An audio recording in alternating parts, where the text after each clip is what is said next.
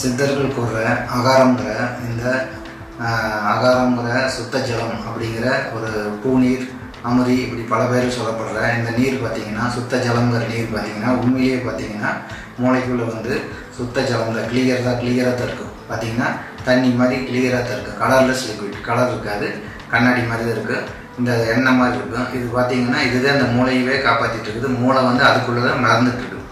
அதாவது அந்த நீருக்குள்ளே தான் மூளை வந்து மூழ்கி இருக்குது.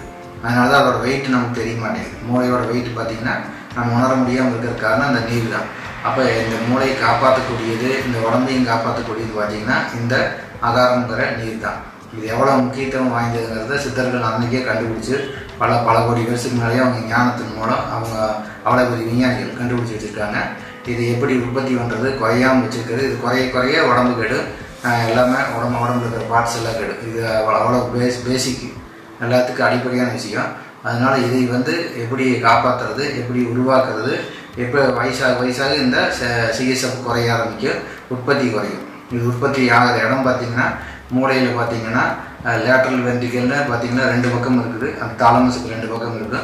அந்த லேட்ரல் வென்ட்ரிக்கல், 3rd வென்ட்ரிக்கலுங்கிறது பீனியல் பக்கத்தில் இருக்குது. அதுக்கு கீழே 4th வென்ட்ரிக்கலுங்கிற இந்த 4 இடத்துலையும் பார்த்திங்கன்னா இந்த சிஎஸோட உற்பத்தி அதிகமாக இருக்குது.